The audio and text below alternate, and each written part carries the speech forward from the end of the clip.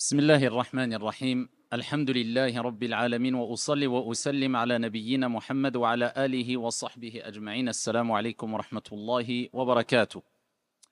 Sachant que nous passons, pour la plupart d'entre nous du moins, la plupart de notre temps dans nos demeures, ainsi que nos enfants, nos épouses, etc., il est important de rappeler quelques règles afin que nos demeures soient un havre de paix et pas un lieu de guerre, un lieu de repos, un lieu plein de miséricorde, un lieu qui nous permet de nous ressourcer, de nous revitaliser. Et malheureusement, c'est un constat, certes amer, mais réel. Aujourd'hui, beaucoup se plaignent de la mauvaise ambiance dans leur demeure.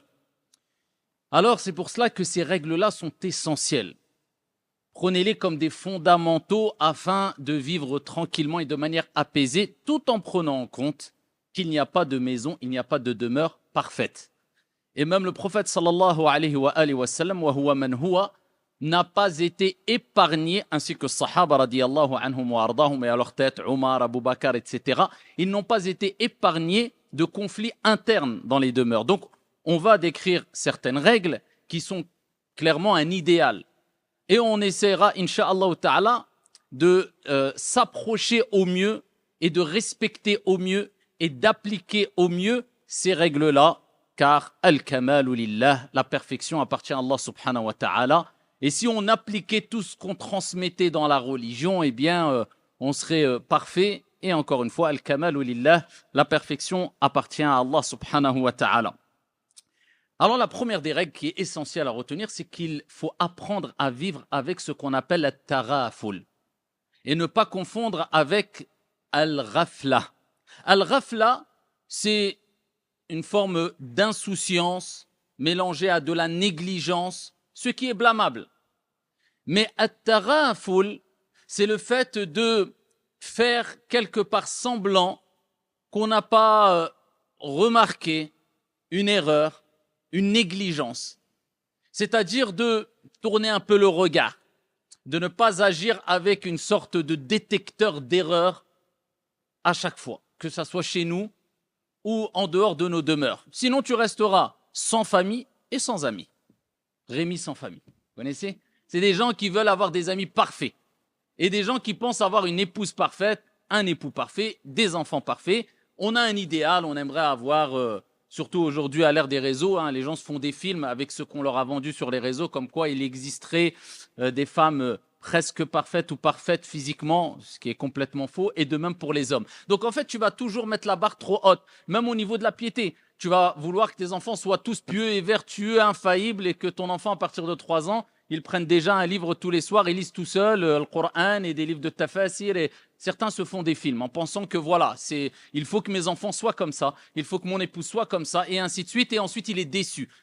Et donc il cherche toujours la moindre erreur. Elle cherche toujours la moindre erreur dans l'éducation des enfants ou vis-à-vis de l'époux ou de l'épouse. Eh bien, ça ne marchera jamais. Parce que l'islam nous a appris, c'est une forme de ibada, le fait de vivre avec at-taraful, pas prêter attention quelquefois, même si tu as capté la chose, tu as capté l'erreur. Et ça, ce n'est pas de la négligence. Non, c'est prendre en considération la négligence des gens, mais de se concentrer sur ce qu'il y a de plus important, car il y a des priorités même dans l'éducation et dans la relation qu'on a avec autrui. Donc ça, c'est important. Et le prophète alayhi salatu wassalam agissait ainsi, et les sahaba aussi. Donc, voilà, quelquefois, tu vas avoir des négligences chez tes enfants, quelquefois, tu vas avoir des défauts chez ton épouse, ton époux, voilà. Apprends à dire, bon, khalas. Maintenant, je ne parle pas de grosses erreurs, je ne parle pas de négligence répétée, je ne parle pas de comportements qui méritent ici dont la personne mérite de recevoir un conseil.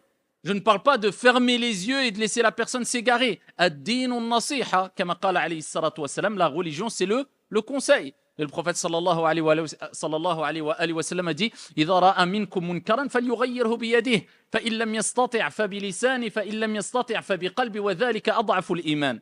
Lorsque l'un d'entre vous voit un munkar, quelque chose de répréhensible, eh bien ici qu'il le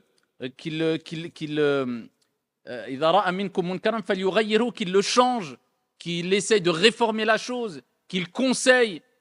avec sa main. S'il ne peut pas, eh bien avec sa langue. S'il ne peut pas, bah, au moins avec son cœur. Ne pas aimer cette défaillance, cette négligence, ce péché-là. Et ça, c'est le degré le plus bas de la foi. Pourquoi le degré le plus bas de la foi? Car si tu vois quelque chose de répréhensible, et toi, ça ne te fait ni chaud ni froid vis-à-vis de tes proches, l'épouse envers l'époux, envers les amis, envers les frères, envers les... Eh bien, si toi, tu vois le munkar, ça te fait ni chaud ni froid, et tu cautionnes quelque part en participant de par ta présence avec ce munkar, eh bien, tu n'as même pas atteint le degré qui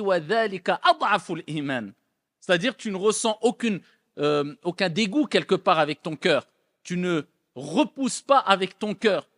Eh bien, ce munkar-là, ça veut dire que tu n'as même pas atteint ce degré dont le prophète a mentionné quand il dit ça, c'est le degré le plus bas de la foi. Et combien de gens on voit, eh bien, côtoyer, fréquenter des gens qui commettent le mal et disent moi, c'est pas moi, c'est mes amis. Ouais, mais c'est pas moi, c'est dans ma famille. Ouais, mais c'est pas moi. Oui, mais toi, tu es en présence d'eux. Non seulement tu ne les exhortes pas, non seulement, de par même des paroles très simples, avec un bon comportement, avec sagesse. Non seulement tu ne le fais pas, mais en plus de cela, tu ne te détournes pas. Tu restes avec eux, donc tu cautionnes quelque part et tu ne rentres même pas dans le hadith. Donc bien sûr, voilà, comme on a dit précédemment, at-taraful, c'est extrêmement important. Donc mets de côté ton détecteur d'erreur. Ça marchera pas, ça collera pas, tu vas te faire mal à la tête pour rien. Et rappelle-toi que, comme j'ai dit précédemment, même le prophète sallallahu alayhi wa sallam n'a pas été épargné des conflits internes au sein de son foyer. Alors nous sommes qui? La maison, c'est un refuge. Et c'est pour ça que on le dira jamais assez, et on le sait par expérience, que le bienheureux est le plus heureux. Et tout le monde recherche le bonheur à travers la quête de l'argent, à travers la quête de la gloire. Le but, l'objectif, au final, c'est quoi? On recherche le bonheur. Mais le bonheur ne s'achète pas avec de l'argent, qu'on le veuille ou non. C'est pour ça que tu verras des gens qui vivent très modestement, mais par contre, c'est les plus heureux. Pourquoi? Parce qu'au sein de leur demeure, chez eux, ils sont heureux. Et le plus heureux est celui qui, quand il rentrera chez lui, eh bien, trouvera quelque part un havre de paix. Encore une fois, aucune demeure n'est parfaite, mais on se comprend. Il se sent bien, il a hâte de rentrer chez lui, il trouve le repos, la sécurité, la sérénité, l'entraide, la gentillesse, etc. C'est le plus heureux, même si en dehors de chez lui, l'ensemble des gens sont contre lui.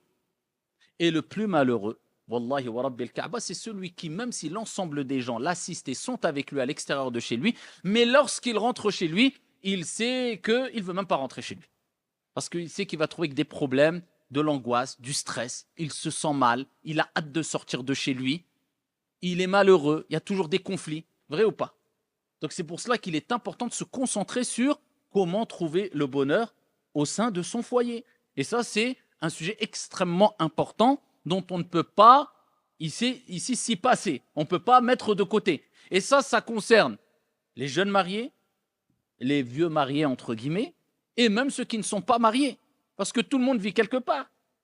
Que tu sois époux, épouse ou bien enfant, ou grands-parents, en tout cas, on vit tous dans des demeures. Et il y a des règles à respecter, parce que nous ne sommes pas des animaux sans règles. On a des règles.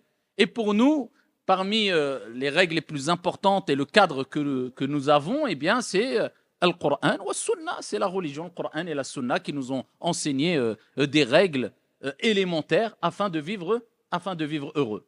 La maison, c'est un refuge. Et c'est pour cela que ce refuge doit être préservé. Et le prophète alayhi salatu wassalam l'a considéré comme un refuge dans plusieurs hadiths. Et parmi ces hadiths, le prophète alayhi salatu wassalam a dit béni. Béni soit celui qui contrôle sa langue et dont sa maison lui est suffisante comme lieu de refuge. Et celui qui pleure ses péchés. Le prophète alayhi salatu wassalam a dit béni soit-il. Celui qui se contente de sa maison comme refuge. Ça veut dire quoi? Eh bien, on a une explication un peu plus approfondie de ces termes-là dans un autre hadith.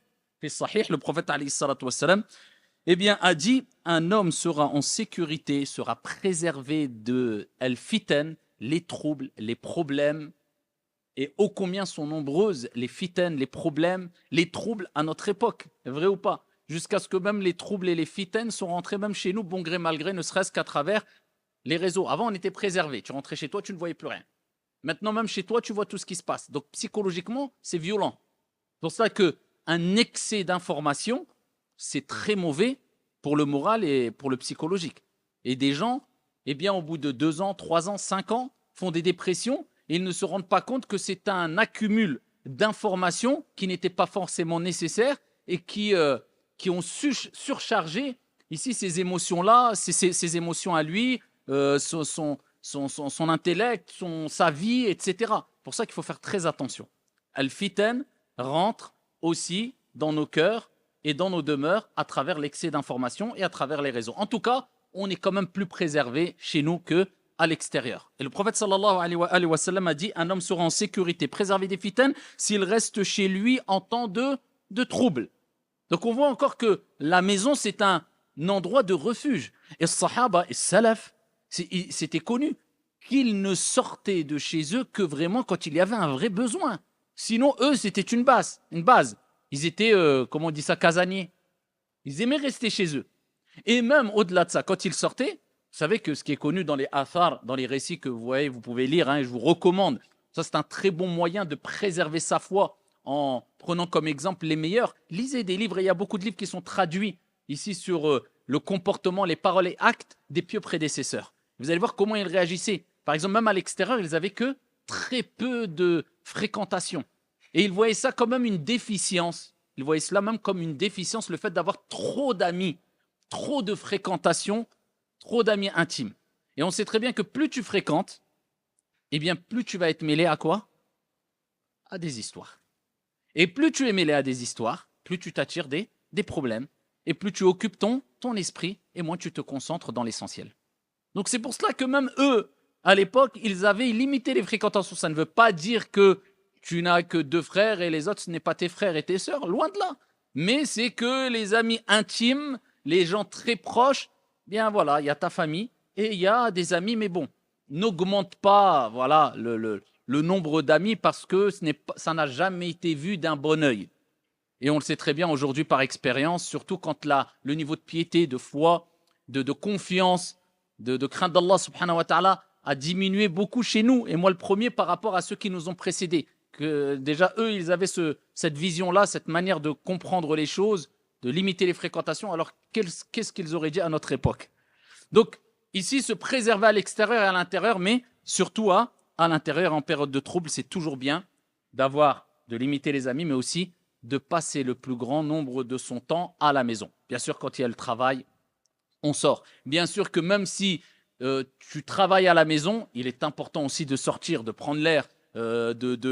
C'est sûr et certain qu'on ne demande pas de vivre 24 heures sur 24 à la maison, mais c'est toujours bien de se préserver. Et il y a des moments où il n'y a pas le choix. Même au contraire, c'est un bienfait. Et ça nous rappelle que l'islam ne nous appelle pas à s'enfermer dans une demeure 24 sur 24 et se couper du monde. Ne serait-ce qu'à travers les 5 prières. Ce qui est fortement recommandé chez la majorité des savants, voire chez une minorité obligatoire, si on est proche d'une mosquée, etc., c'est d'accomplir les prières à la mosquée. Donc on a cette dimension-là qui est, je reste chez moi, mais il y a un moment où je sors quand même, je me mélange aux gens, je fréquente quand même.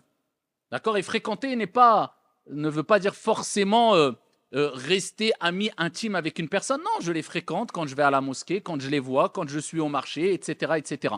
Et ça, c'est important d'avoir ce côté sociable. Le musulman, il est sociable. Le prophète sallallahu alayhi wa sallam, il nous dit: Al-mu'minu alladhi yukhalitu an-nas wa yasbiru ala adhahum khayru min alladhi la yukhalitu an-nas wa la yasbiru ala adhahum. Le musulman, le croyant, qui se mélange, qui fréquente, qui côtoie les gens, est meilleur et qui patiente quant à leur mal, à leurs préjudices, à leurs défauts, leurs déficiences, est meilleur que celui qui s'isole, qui ne fréquente pas les gens. Mais ça, les savants ont expliqué ce texte avec d'autres textes, à partir du moment où, bien sûr, tu es préservé de leur mal et de leur mauvaise influence quand tu es avec eux. Même peut-être, tu peux être quelqu'un de positif pour eux, les influencer dans le bien. Mais si ce n'est pas le cas, c'est « qu anfusakum wa ahlikum nara ». C'est « nafsi, nafsi, nafsi ». C'est préserver vos personnes et vos familles du feu. C'est penser à vous-même. Lorsque tu es dans un avion, même si tu as la personne la plus chère, ton fils, ton enfant, ton père, ta mère, ton épouse, ton époux à côté de toi, s'il y a un réel problème, dans l'avion, eh bien, il y a les masques à oxygène, d'accord, qui descendent. Et qu'est-ce qui est recommandé? C'est d'abord de mettre le masque à oxygène à la personne à côté de toi? C'est d'abord à toi-même. Pourtant, voilà, à première vue, tu vas dire, mais comment ça? Non, non. D'abord la personne que j'aime, d'abord mon fils, d'abord mon... Non, tu ne pourras pas l'aider si tu ne t'es pas aidé toi avant. Tu dois d'abord t'occuper de toi pour pouvoir aider les autres. Eh bien, c'est la même chose. Ne cherche pas à sauver le monde quand toi, déjà, tu ne t'es même pas sauvé. Quand toi, tu n'as même pas les outils, tu n'as pas la foi, déjà, pour pouvoir être assez ferme et te préserver. Et toi, tu veux déjà préserver les gens. Comme des gens, ils fréquentent les gens et qui sont égarés, ils disent oui, mais je vais être bon pour lui ou pour eux. Mais toi, déjà, tu vois, tu as d'énormes déficiences. Et si tu es influencé vers le mal, bah, tu as tout perdu. Donc préserve-toi ici ainsi que tes proches du feu. Et on se préserve et on préserve nos familles bien dans l'endroit où on se réunit en famille. C'est encore une fois la demeure. Alors, parmi les choses aussi à retenir, et les points que j'ai notés pour vous, c'est qu'il est important de créer une atmosphère, une ambiance, parce qu'on sait très bien que tout dépend de où tu es.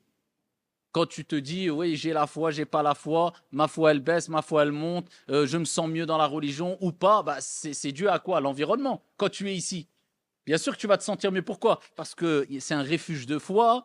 La foi se réfugie ici et à Médine, comme le prophète alayhi salatu wassalam l'a dit. Quand tu es à la Mecque, quand tu es à Médine, quand tu es à la mosquée, quand tu es dans des endroits où, voilà. Mais quand tu es dans un endroit où il n'y a que très peu de dhikr, que très peu de rappel d'Allah subhanahu wa ta'ala, on parle très peu de Dieu, d'Allah, du prophète sallallahu alayhi wa sallam, bien, il y a un manque de baraka, il y a un manque de miséricorde dans cet endroit-là. Il y a peut-être très peu, voire pas d'anges, al-malaïka. Donc comment veux-tu te sentir bien? Quand on se sent bien, c'est parce qu'il y a tout ça que tu ne perçois pas, c'est pas palpable physiquement. Les anges, le malaïka, c'est parce qu'il y a al-rahma, c'est la miséricorde d'Allah Azza wa Jal qui descend. C'est parce qu'il y a le baraka. C'est parce qu'il y a toutes ces choses-là qui font que ça crée une ambiance, une atmosphère très positive. Mais si tu ne l'as pas chez toi et tu l'as que à la mosquée ou tu l'as que... Et quand tu rentres chez toi, on dirait une tombe, on dirait un cimetière. Et tu sens du stress et de l'angoisse. Eh bien, sache qu'il y a un vide spirituel chez toi. Que tu le veuilles ou non, on va le voir à travers certains textes. Le prophète sallallahu alayhi wa sallam, il nous dit مثل البيت الذي يذكر الله فيه والبيت الذي لا يذكر الله فيه كمثل أو مثل الحي والميت. La maison, et regardez dans un autre hadith, il ne parle pas de la maison, il parle de l'homme. مثل الذي يذكر ربه والذي لا يذكر ربه. Ici, on a le hadith où le prophète il nous dit, alayhi salatu wassalam, l'exemple de la demeure où on évoque Allah. On parle d'Allah, la maison, où on parle d'Allah. Al-Qur'an, des rappels, les du'a, quand on rentre, quand on sort avant de manger, on parle de Dieu, on parle d'Allah, du prophète, le nom d'Allah, eh bien, est mentionné dans un endroit. Qu'y a-t-il de plus beau pour éclairer et éloigner l'obscurité que quand tu mentionnes le nom d'Allah subhanahu wa ta'ala? Eh bien, l'exemple de la maison où on évoque Allah subhanahu wa ta'ala, eh bien, et l'exemple de la maison où on n'évoque pas Allah azza wa jal sont-elles l'exemple du vivant et du mort? Et dans un autre hadith, là, le prophète, il ne parle pas de la maison, mais il parle de la personne. L'exemple de la personne qui évoque Allah, il a l'habitude de faire du dhikr, invocation du soir et du matin, le tasbih, le tahmid, il parle souvent d'Allah, il lit le Coran, tout ça c'est du dhikr parce que c'est du rappel, c'est de l'évocation. Eh bien, il dit l'exemple de celui qui évoque Allah et celui qui ne l'évoque pas, c'est comme l'exemple du vivant et du mort. Donc, on voit que si tu as une demeure, tu es dans une demeure où on n'évoque pas Allah Azza wa Jal, c'est considéré comme une maison morte, une maison en ruine, une maison vide. Comment veux-tu te sentir bien quand tu rentres dans une maison qui est inhabitée, qui est abandonnée? On a peur, on stresse, on angoisse. Pour rien au monde, tu y vivrais dedans, tu vivrais dedans. Tu veux partir tout de suite. Et quand tu rentres dans une belle maison qui sent bon, qui est bien meublée, qui est illuminée, tu te dis, oh, si même si tu la visites quelques instants, tu dis, ah, cette maison, j'aimerais trop la voir, je me sens trop bien dedans. Eh bien, c'est ça. Si tu te sens mal chez toi, il y a un problème. Tu n'as pas illuminé ta maison par dhikrullah subhanahu wa ta'ala, comme le prophète alayhi salatu wassalam l'a dit. Et le prophète nous a donné les moyens afin d'avoir un minimum de lumière et se sentir un minimum chez soi à travers le dhikr. Encore une fois, il ne s'agit pas de passer son temps du matin au soir à Bismillah, Alhamdulillah, La ilaha illallah, Allahu Akbar, le Coran. Non. Et de ni cuisiner, ni ranger, ni s'amuser, ni prendre du bon temps avec sa famille, non, il ne s'agit pas de ça. Mais il faut que ça vive avec le dhikr. On voit que de temps en temps, on entend le Coran ici et là. De temps en temps, on entend un hadith, on entend un rappel. On entend quelqu'un qui nous rappelle à l'ordre. On entend, on entend des rappels. C'est pour cela même que je recommande moi particulièrement, ainsi que je reprends la parole de beaucoup de savants, qui disent que il est même bon de laisser le Coran tourner à la maison. Vous savez que le prophète Allah Azza wa Jalla les rappelle dans le Coran al-Karim, wa idha quri'a al-Quran fastami'u lahu wa ansitu, quand le Coran, la parole d'Allah tabaraka wa ta'ala est récitée, eh bien vous devez prêter attention, vous devez l'écouter et garder le silence. Mais beaucoup de savants ont dit que ça c'est dans la prière, fis salah. Pendant la prière, quand le Coran est récité par l'imam, nous on ne récite pas le Coran. On écoute et on prête attention. On se concentre sur la parole d'Allah, sur le fond, avant de se concentrer sur la forme et la mélodie. D'accord? Eh bien, ça c'est pour la prière. En dehors de la prière, par respect, c'est une preuve d'éthique aussi, que quand il y a la parole d'Allah Azza wa Jalla, on prête attention. Mais d'autres savants sont pour dire, ici vaut mieux qu'il y ait le Coran qui est récité, même si on ne se concentre pas sur la parole d'Allah subhanahu wa ta'ala, afin que même dans le foyer, la maison, eh bien les enfants ou nous-mêmes, même si on ne se concentre pas de telle sorte qu'on écoute le Coran sans rien faire d'autre, eh bien vaut mieux avoir un fond de Coran et de temps en temps avoir un rappel, une parole d'Allah, une exhortation qui nous vient donner l'habitude aux enfants ici d'écouter le Coran, que leur oreille se familiarise avec la parole d'Allah même quand ils jouent et autres, plutôt que de ne rien entendre et qu'ils l'entendent quasiment jamais.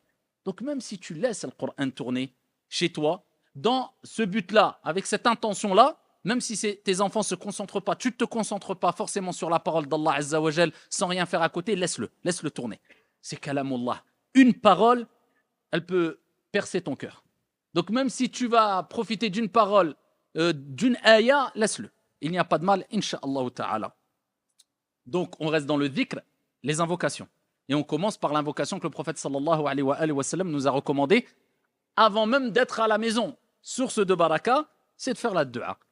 Au minimum, de dire Bismillah, au nom d'Allah. Encore une fois, mentionner le nom d'Allah subhanahu wa ta'ala. Vous savez, l'impact qu'a la mention du nom d'Allah. Quand on dit Bismillah nasta'in billahi azza wa jal, on cherche assistance et secours auprès d'Allah subhanahu wa ta'ala en mentionnant son nom. Pour cela qu'on dit Bismillah avant de manger. Je cherche assistance auprès d'Allah subhanahu wa ta'ala à travers le repas que je vais manger en espérant la baraka et la préservation du mal et des maladies. Quand tu te lèves, Bismillah, je cherche assistance auprès d'Allah azza wa jal en mentionnant son nom. Quand tu t'apprêtes à faire quelque chose, un examen, Bismillah, le ba ici indique que tu cherches par le nom d'Allah Azza wa Jalla, je cherche assistance auprès d'Allah subhanahu wa ta'ala afin qu'il m'aide et m'assiste dans ce que je vais entreprendre. Et aujourd'hui, le nom d'Allah, il est utilisé par qui?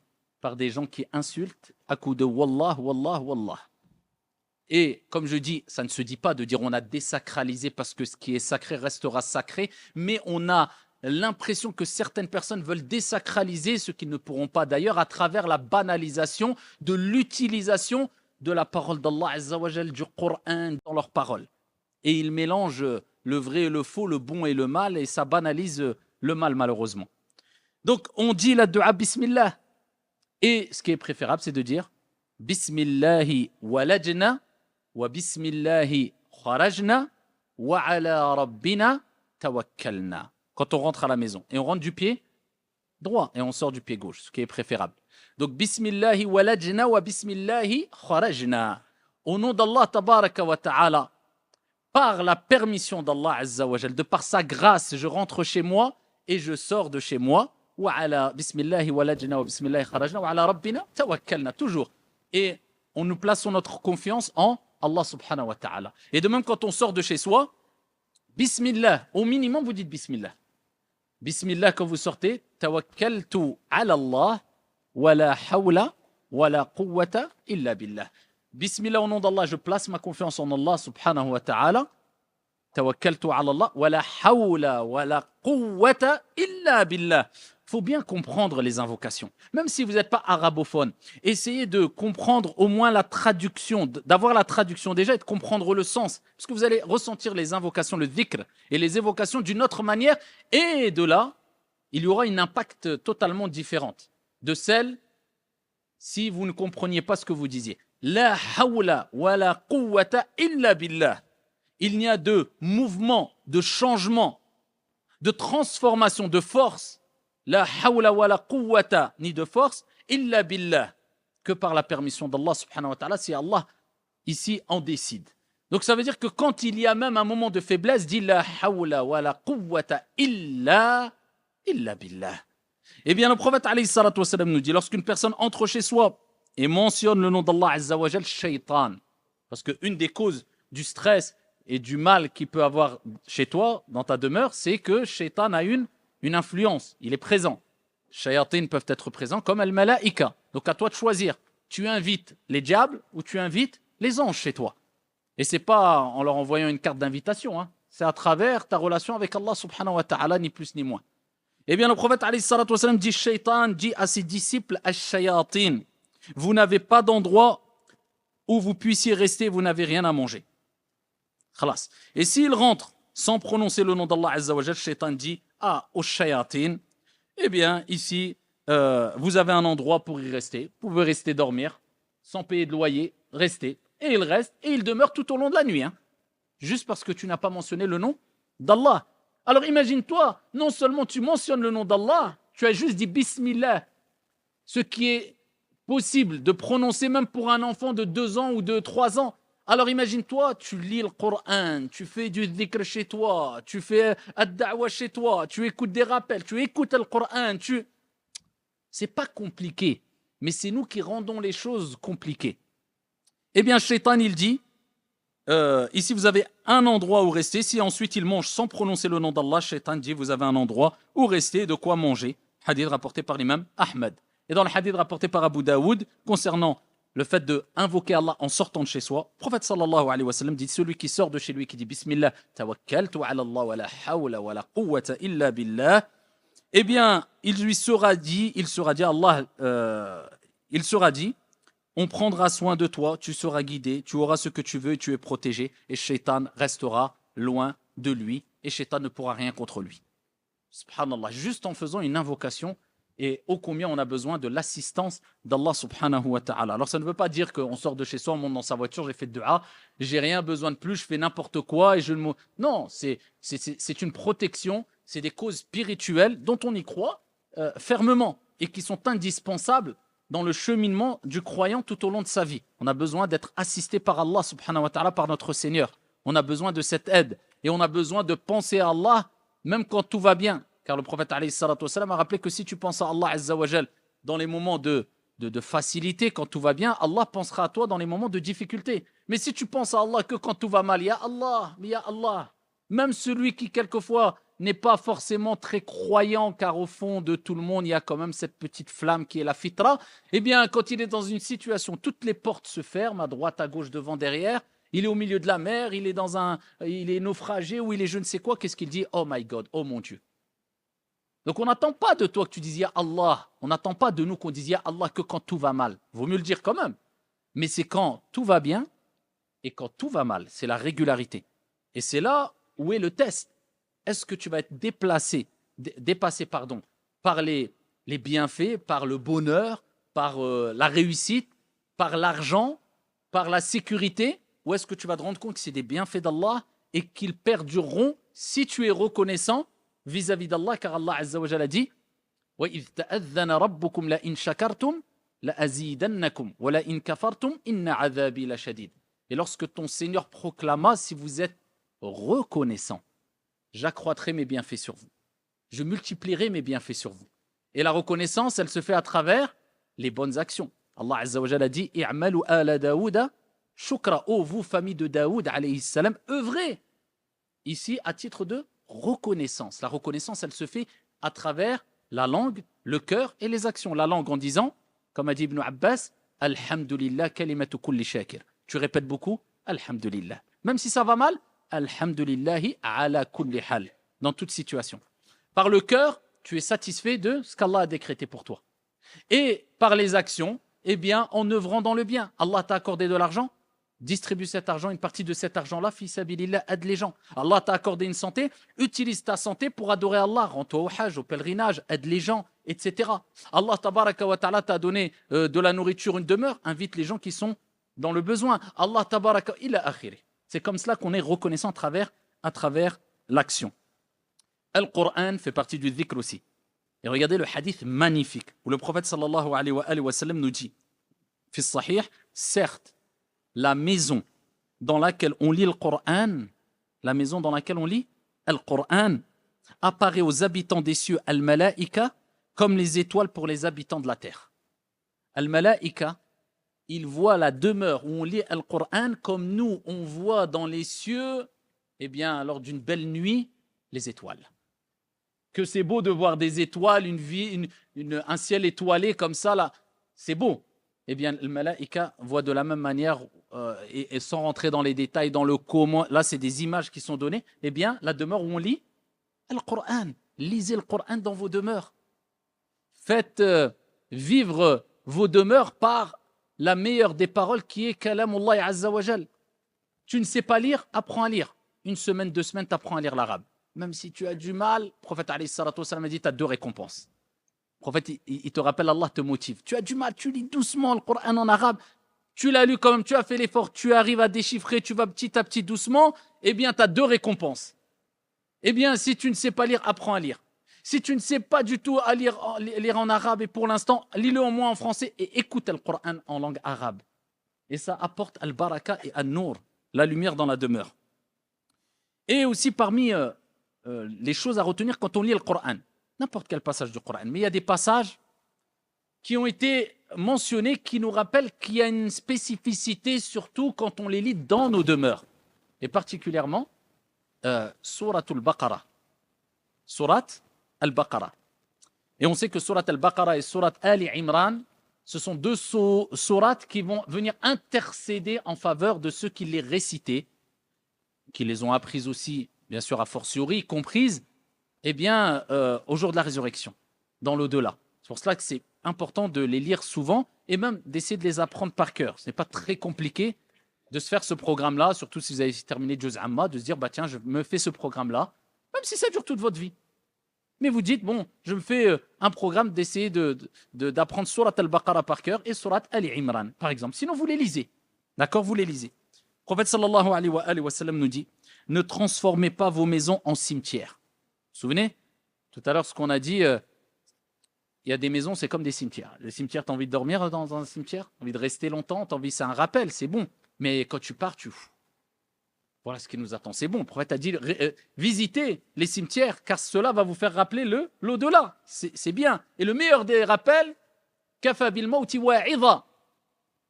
Akthiru min dhikri hadhi min ladhat al-maut. C'est le prophète alayhi salatu wa sallam qui l'a dit. La mort suffit comme rappel. Augmenter le rappel de la mort, le destructeur des plaisirs.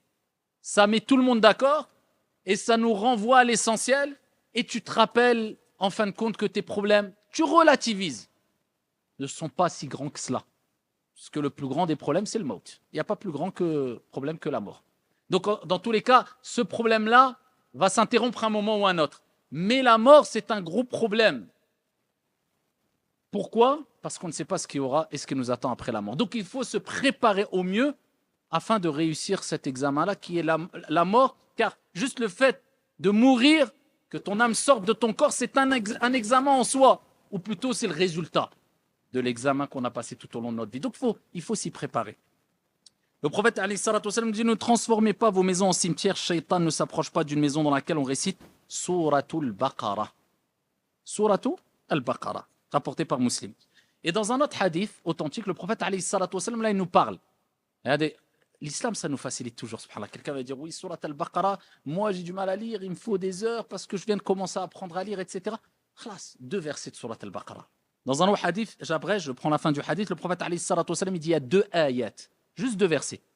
2 ayats avec lesquels Allah a conclu Surat al-Baqarah. Si ces 2 ayats sont récités dans une maison pendant 3 nuits consécutives, alors Shaitan ne s'en approchera pas, rapporté par Ahmed. Et les deux dernières ayats de Surat al-Baqarah, je pense que la plupart les connaissent, ça commence par Amana ar-rasoul bima unzila ilayhi min rabbih wal mu'minun. D'accord? Donc les deux derniers versets de Surat al-Baqarah, essayez au moins de les lire tous les jours chez vous ou dans vos prières. Au moins chaque prière, ou du moins une prière dans la journée, au moins tous les jours, quand tu es chez toi. Je parle d'une prière surérogatoire, si tu as prié toutes tes prières à la mosquée, ou sinon, si tu n'as pas prié une prière à la mosquée, non, ta prière obligatoire, ou surérogatoire, ou les femmes, peu importe. Récite au moins une fois, ici, les deux derniers versets de Suratul Baqarah. C'est une cause qui provoque la fuite de Shaitan en dehors de chez toi. Parmi les conseils, fais attention à qui rentre chez toi. Bien sûr, les personnes, les êtres humains, parce que quand on fait rentrer quelqu'un chez nous, voilà, il a accès à une certaine intimité, il a accès à une certaine proximité. Donc, c'est sûr et certain qu'on ne fait pas rentrer n'importe qui chez nous. C'est des personnes en qui on a confiance, des personnes qu'on connaît, ou de par notre bon comportement, même si on ne connaît pas forcément, mais c'est des personnes qui sont dans le besoin, ou une personne pauvre, ou un voisin, etc. Mais on doit quand même faire attention à qui rentre chez nous, comme on doit faire attention à qui on fréquente, mais aussi à qu'est-ce qui rentre chez nous, parce que cela va avoir un impact positif ou négatif. Et aujourd'hui, à l'ère des réseaux, eh bien, comme on disait précédemment en guise d'introduction, il faut faire attention parce que c'est une fitna. Et si on s'est préservé de la fitna à l'extérieur, eh bien, ce n'est pas pour laisser la fitna rentrer à l'intérieur. Et le prophète, alayhi salatu wassalam, il nous dit dans un hadith rapporté par Al-Bukhari, puis, et il parle des signes de la fin des temps, puis il y aura une fitna qui ne laissera pas une seule maison des Arabes sans y rentrer. Il s'adressait aux Arabes, donc c'est pour cela qu'il dit une maison des Arabes, mais on peut dire de manière générale, aucune maison sans y rentrer. Beaucoup de savants ont dit c'est les réseaux, puisqu'il y a du bien et du mal, mais on sait que souvent il y a beaucoup plus de mal, et le mal qui s'y trouve est catastrophique et destructeur, on le sait. Une époque, comme on ne cessera de le répéter, nous on rêvait de rester dehors pour jouer au foot, on ne voulait pas rester à la maison. Aujourd'hui, il y a des parents qui n'en peuvent plus, leurs enfants ne veulent plus sortir de la maison, c'est pas de la maison, c'est de leur chambre. Pourquoi? Parce qu'ils sont connectés avec les réseaux. Et ça rend fou. Et psychologiquement, l'impact est destructeur. C'est très, très destructeur, les réseaux sociaux. Non seulement ça tue la concentration, puisque tu n'arrives plus à canaliser tes émotions, ta concentration, à lire un livre, une page, à écouter une conférence d'une heure, à... Non, pourquoi? Parce que tu vois 50 informations à la minute. Donc ton cerveau, tu l'as éduqué comme ça. Donc ton corps a besoin d'un maximum d'émotions. Et dès que tu vois qu'il y a une exhortation qui dépasse les 20 minutes comme moi, ce que je suis en train de vous faire, je peux vous dire que la plupart des jeunes, ils sont déjà partis. Là, ils sont plus là. Il y a avec la quarantaine, trentaine avec nous maintenant, ou ceux qui aiment la science et qui, voilà, ils sont déjà partis. 1 minute, 3 minutes, 4, c'est fini. Comment voulez-vous apprendre la religion avec des exercices de 2, 3 minutes, 4 minutes? C'est des rappels, c'est profitable. Même 30 secondes, c'est profitable. Mais croire que tu vas apprendre avec des 3-4 minutes, mais dans tes rêves les plus profonds. Ça n'existe pas, ça n'a jamais existé.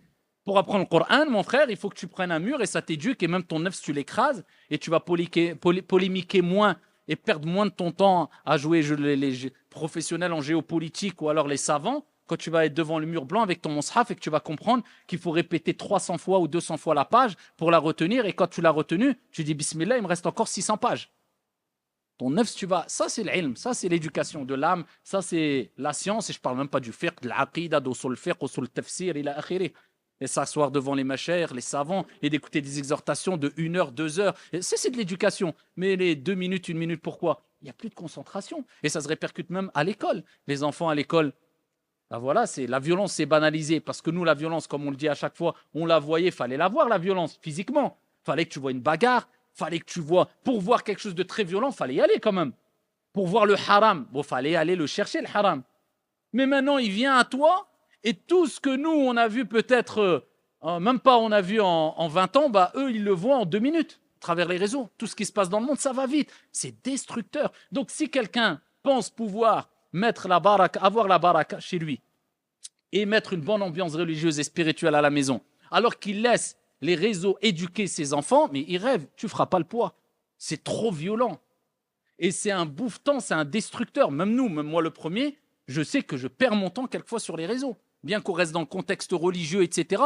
Quelquefois, tu vas t'échapper un peu, quelquefois, ça détruit le temps. Si encore, tu arrives à te donner t'autodiscipliner, à instaurer une discipline, et que tu sais ce que tu regardes, tu fais attention, et que à côté, alhamdoulilah, ton zikr, tu le fais, ton Coran, tu le fais, ton travail, tu le fais, le droit qu'ont tes enfants sur toi, ton épouse, tes parents sur toi, tu les respectes. Bon, mais quand tu dis j'ai pas le temps, et qu'à côté, tu as passé des heures et des heures devant Netflix ou sur les réseaux, c'est du mensonge, c'est du pur mensonge. On sait très bien que rester une demi-heure sur les réseaux, ça passe vite. Alors que prendre, vous savez c'est quoi, ouvrir le Coran une demi-heure par jour, vous savez c'est quoi l'impact spirituel et même scientifique que tu auras au bout d'un an, une année. C'est énorme. Si tu écoutes un dars de fiqh tous les jours d'une demi-heure, mais dans 3 mois, tu as fini Ibn Ashir, tu as fini l'Akhdari, tu as fini... Vous savez, tout ce qui nous échappe, et on dit j'ai pas le temps.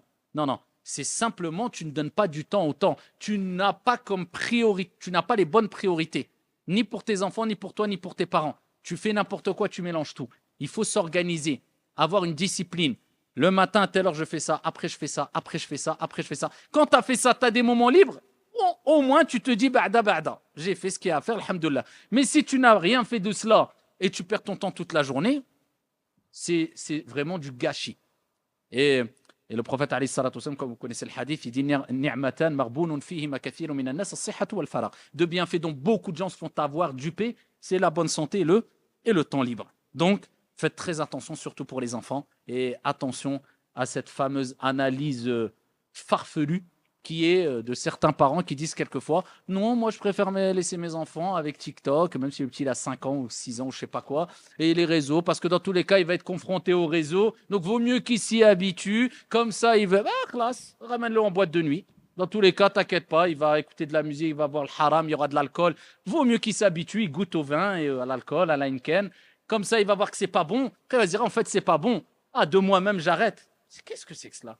Allah subhanahu wa ta'ala, il t'a donné des enfants parce qu'ils ont besoin d'un père et d'une mère pour être éduqués. Comme un oisillon, il ne va pas voler de ses propres ailes, il a besoin de ses parents. Arrivé à un certain âge, khlas, vole de tes propres ailes. Là, il y a le chemin de la droiture, là, il y a le mur. Prends le mur si tu veux, Allah ya'ounk. Si tu veux le chemin de la droiture, il est là, alhamdoulilah. Marhaban, moi je suis bienvenu à toi, si tu veux le bien, je suis là. Mais quand il a 5 ans, 7 ans, 10 ans, 8 ans, 12 ans, il est faible, il a besoin d'une éducation. Même lui, il va te remercier quand il va prendre conscience, il va mûrir, comme nous. Nous, avant, on entendait des exhortations, on disait, ouais, c'est bon, c'est normal, on est faible, on n'est pas apte, on n'a pas cette maturité pour se rendre compte de ce qui est vraiment bien pour nous. On n'a pas cette vision, on n'a pas cette basira, cette clairvoyance, c'est normal. Sinon, on n'aurait pas besoin de parents. Allah aurait fait les choses autrement. On a besoin d'éducation. Donc c'est à toi d'éduquer tes enfants. Le prophète n'a-t-il pas dit Kullukum ra' wa kullukum mas'ulun an ra'iyati. Vous êtes tous responsables et vous serez tous interrogés sur vos responsabilités. Et là, le prophète alayhi salatu wassalam a rappelé que quoi? Les gouverneurs sont responsables, simplement? Ou alors les savants, ou alors les imams, comme certains, ils passent leur temps à critiquer al-hukam, ou bien l'ulama, ou bien l'a'imma, les gouverneurs et les rois, et les ceci et les cela. Ouais, ils sont responsables. Mais non, le prophète, il n'a pas dit tu es responsable de savoir si tel gouverneur va faire cela et tu seras interrogé par Munkar et Nakir dans ta tombe sur sa vie. Non, non, non. Tu as dit kullukum. Vous êtes tous responsables, toi aussi. Quand tu parles et tu dis n'importe quoi, ne dis pas « Ouais, mais moi, je ne suis pas imam, c'est pas grave. » Ah, tu n'es pas imam, tu auras une carte spéciale au jour de la résurrection. « Ah, je ne suis pas imam, c'est où, moi, mon jugement, c'est là-bas » Mais tu rêves. Tu es responsable. Et tu seras interrogé sur tes responsabilités. Ceux qui sont sous ta responsabilité, c'est sur cela que tu dois te concentrer. Et délaisse-moi de les autres ont dit, ils ont fait, ou les imams, ou les savants, ou les gouverneurs. Ah, trop le suqra, c'est qu'Abdallah. Occupe-toi de tes affaires. Allah, il va t'interroger sur toi. Il va t'interroger sur ta mère, il va t'interroger sur ton père, il va t'interroger sur ton fils, il va t'interroger sur ton argent. C'est ça les questions. Tu ne quitteras pas l'esplanade des comptes au jour de la résurrection tant que tu ne sois pas interrogé sur certaines choses et dont et même sur ta jeunesse, où tu l'as passé, ta vie, sur ton argent, où tu l'as acquis, où tu l'as dépensé. Donc on a cette dimension de jugement personnel qui revient à chaque fois. C'est toi qui vas être interrogé sur toi et ceux qui sont sous ta responsabilité. Et quand tu vois quelqu'un qui s'occupe des gens et qui joue l'expert en géopolitique ou l'expert en sciences islamiques ou l'expert alors qu'il est loin, eh bien sache qu'Allah subhanahu wa ta'ala a fait qu'il oublie sa propre personne, il est égaré. وَلَا تَكُونُوا كَالَّذِينَ نَسُوا اللَّهَ فَأَنْسَاهُمْ أَنفُسَهُمْ. Ne soyez pas comme ceux qui ont oublié Allah Azza wa Jal, Allah leur a fait oublier leur propre personne. Attention d'être parmi ces gens-là. Donc on s'occupe de ceux qui sont sous notre responsabilité. Donc tu rendras des comptes, fais attention à ce que tes enfants regardent. Mets un cadre, regarde, contrôle. Ça ne veut pas dire que tu ne parles pas, que tu n'échanges pas, que tu ne communiques pas, que tu n'expliques pas. Tu n'es pas un tyran à la maison. Ça ne marchera pas. Il faut allier respect, gentillesse et douceur et autorité.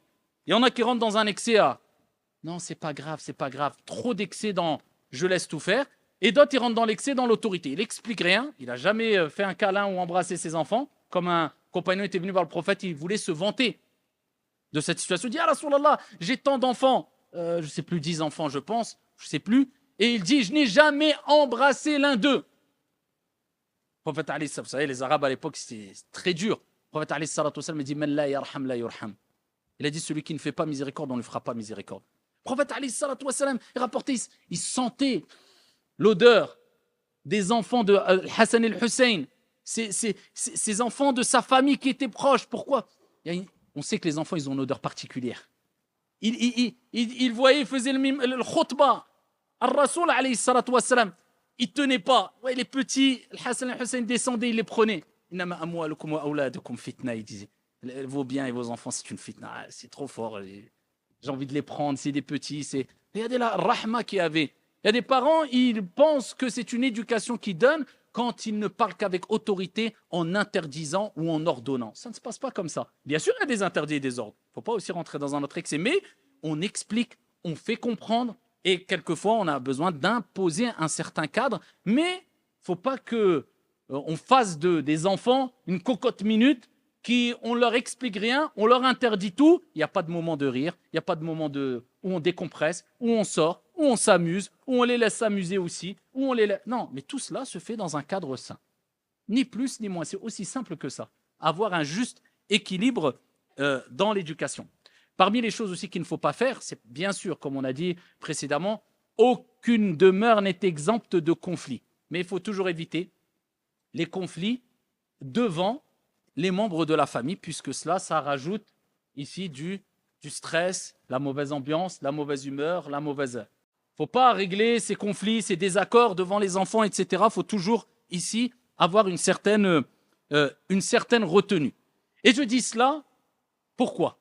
Parce qu'aujourd'hui, on est dans une époque où on a banalisé encore une fois, de plus, et je vais encore parler ici des réseaux, eh bien nos conflits personnel, non seulement devant les enfants, non seulement devant les membres de la famille, ce qui est déjà très négatif, et ça a un impact très négatif pour l'éducation des enfants et pour la bonne harmonie dans la famille et la bonne ambiance, mais sur les réseaux.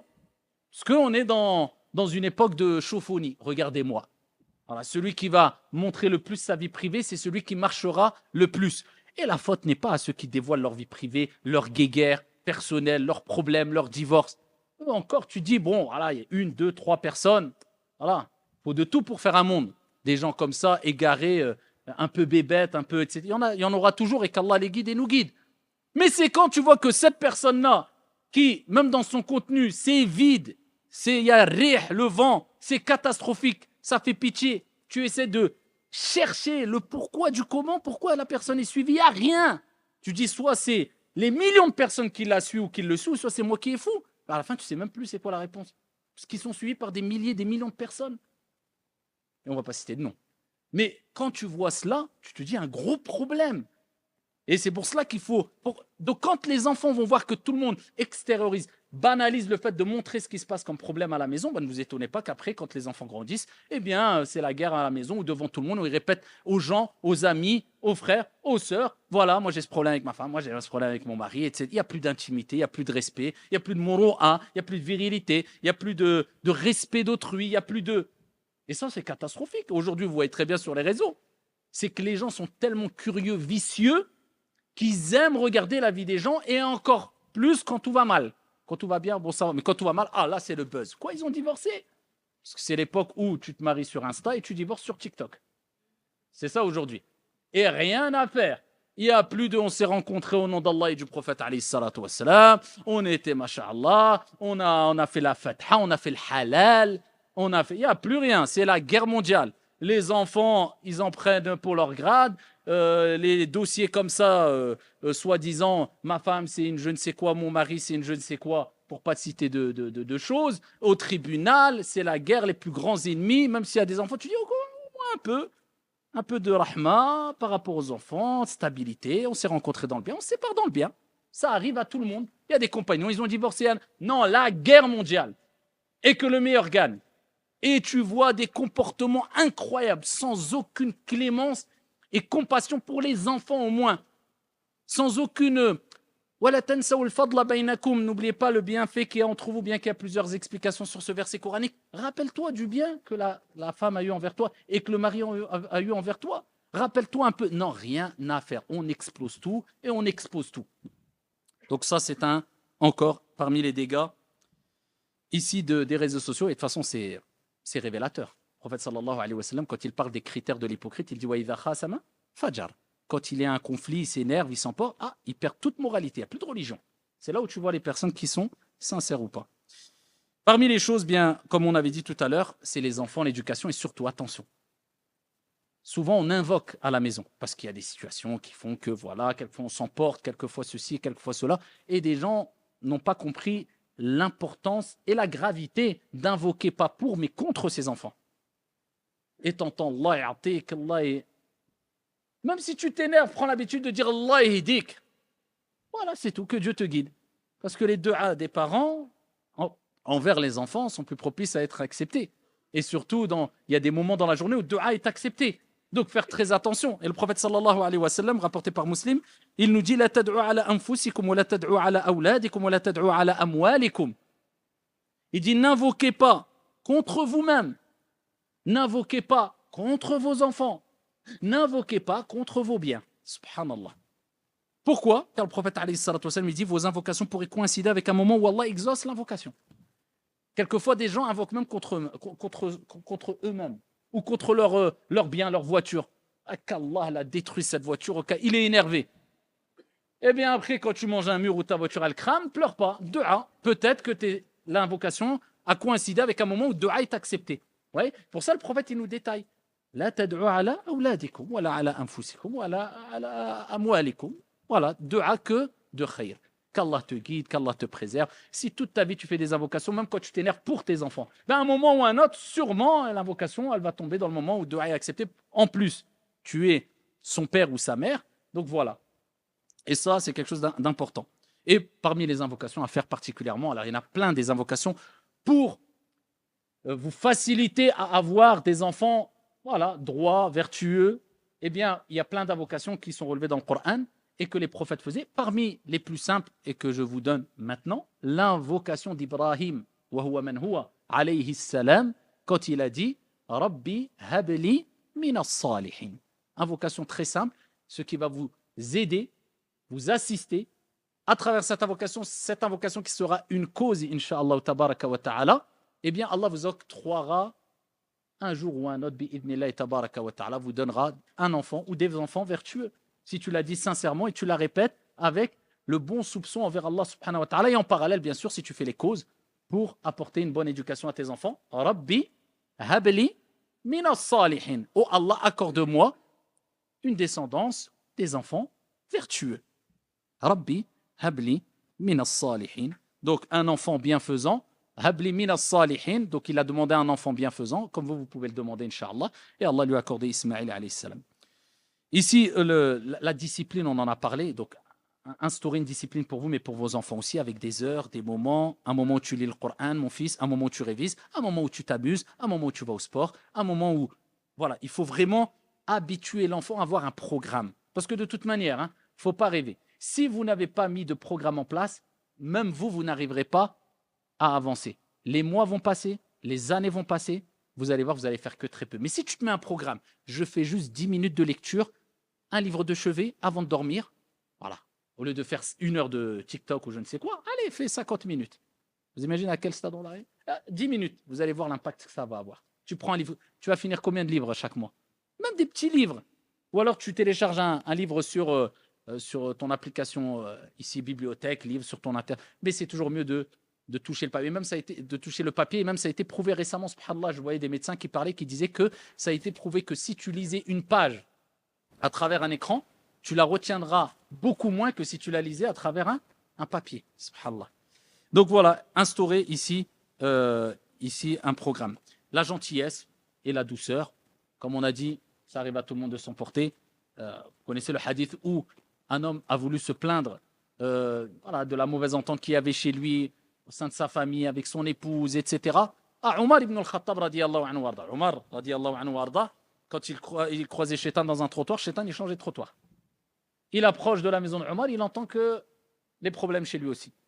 Il dit, attends, si Omar, radiallahu anhu, il se prend la tête à la maison, c'est pas moi qui vais me plaindre, il fait demi-tour, il part. Omar, il ouvre la porte, il le voit, il dit, ah, Foulan, quoi? Qu'est-ce que tu t'étais venu? Il a dit, ah, Omar, ya Amir al-Mu'mini, je t'ai venu pour te rapporter voilà, les conflits, le problème que j'avais chez moi.